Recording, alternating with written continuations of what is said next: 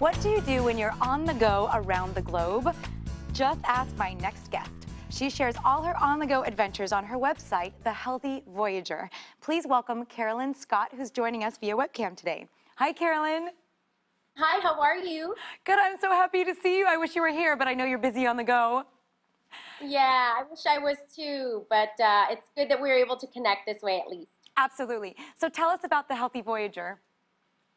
So the Healthy Voyager now is a full healthy and green living brand, but it started back in about 2005. I came up with the idea for the travel show. I've been vegan since '99, and I traveled extensively. And I felt in about 2005 that I probably wasn't the only person having difficulties traveling and finding food to eat. So I figured, there's vegans, there's gluten-free people, there's diabetics, there are all sorts of people who don't travel because of their dietary restrictions. So I thought, you know what, I should become a resource for those kind of people. I studied holistic nutrition and I went to culinary school and I was working with a lot of clients, but I thought this was a greater way to sort of bring that information to the masses, something that's not only useful and beneficial, but really fun too. So it started as an online travel show and a blog, and now it's kind of snowballed into this full healthy and green living brand with recipes and giveaways, and my first cookbook just came out, and it's everything healthy and green living. Fantastic. You're providing so much great information. Do you ever, as a vegan, do you ever get tired, or how is that, all that traveling? Well, it depends. I've been recently traveling more for work, promotion of the book and filming the show. But I always try to save at least an evening, if not a full day, to kind of do something fun. So I really try to strike a balance and make sure that I can enjoy whatever city that I happen to be in, at least for a few hours. But I don't get too exhausted, but I do kind of miss being home for longer stretches of time. Yeah, I can imagine. That's challenging, but you make it look really easy. So your motto is live and travel healthy and green. How do you do it? Well, I try to kind of keep my routine to some degree. I make sure that I fit in fitness. So even if it's just some light stretching and some light walking or using a hotel gym, something like that, I always bring my water bottle with me. It's with me right now.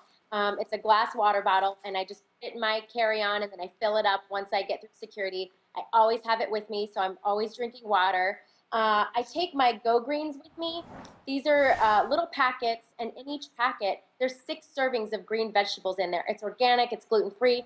So if I am totally on the go and I can't stop for a salad and there's nothing but junk around, at least I know I got my veggies in. So that's really important to me. And, making sure I get enough rest, and again, striking that balance, trying to have fun so it's not just work, work, work. So I travel a lot too, and there are some cities that are really challenging to find vegan cuisine. Where have you found like the most difficult and the easiest? Well, it depends. I would say over time, early on, the Midwest was just a no-go for me. And over time, things have changed. Like I was recently in Memphis, which isn't the Midwest, it's the South, and there were tons of vegan options. So it's really changing. Of course, bigger cities have more options than others, that sort of thing.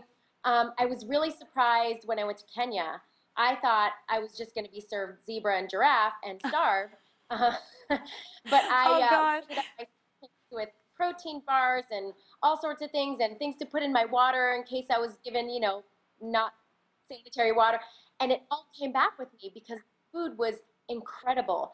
They cater a lot to Indian tourists, and because they're predominantly vegetarian, the spreads are phenomenal. Just fresh fruits and vegetables, sauteed veggies, great juices, just really neat local fare that I really was surprised that I just ate like a little piglet the whole time I was in Kenya. So it's really places that I've gone, and I was like, holy cow, I can eat here.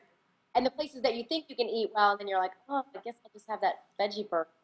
So Fascinating. it's really So it's evolving. yeah. Things are changing. It's a different time. So how do you make time for yourself, some downtime? Can you schedule that in? I do, yeah. On my downtime at home, if I'm not sitting in front of a computer for hours, I make sure I work out every day. I eat super clean. I try to eat about 60% raw at home so that when I am traveling, I can enjoy that vegan pizza without feeling terrible about myself. Thank you so much, Carolyn, for all of your fabulous tips. Keep up the fun on the go-ness. Coming up next, what can the East teach us about on the go? We'll be right back.